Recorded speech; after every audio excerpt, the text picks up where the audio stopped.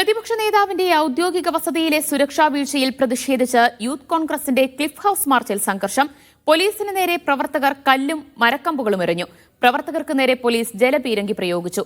രാഹുൽ മാങ്കൂട്ടത്തിനെതിരെ ആരോപണം ഉന്നയിച്ച അവന്തികയ്ക്കെതിരെ ട്രാൻസ്ജെൻഡർ കോൺഗ്രസ് രംഗത്തെത്തി. ക്ലിഫ് ഹൌസ് മാർച്ച് നടത്തി ബാരിക്കേഡ് മറിച്ചിടാൻ ശ്രമിച്ച യൂത്ത് കോൺഗ്രസ് പ്രവർത്തകർക്ക് നേരെ പോലീസ് ജലപീരങ്കി പ്രയോഗിച്ചു. CPM കോഴി ഫാം എന്ന പോസ്റ്റർ ക്ലിഫ് ഹൌസ് പരിസരത്താകെ പ്രവർത്തകർ ഒട്ടിച്ചു.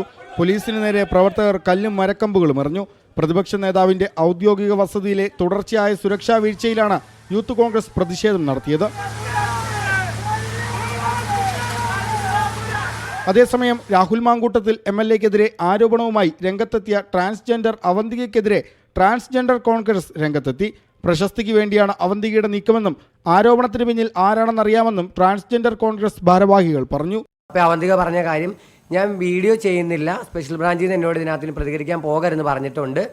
അതുകൊണ്ട് ഞാൻ വീഡിയോ ചെയ്യുന്നില്ല, ഞാൻ വേണമെങ്കിൽ ഒരു പോസ്റ്റർ എഴുതിയിടാം, എനിക്ക് തെറ്റ് പറ്റിയതാണെന്ന്. ഇത്രയും ഒരു MLA കരിവാരി തേച്ചിട്ട് എനിക്ക് തെറ്റ് പറ്റിയതാണെന്ന് പോസ്റ്റർ ഇടാൻ തീരുന്ന പ്രശ്നങ്ങളാണോ ഉണ്ടാക്കി വെച്ചത്?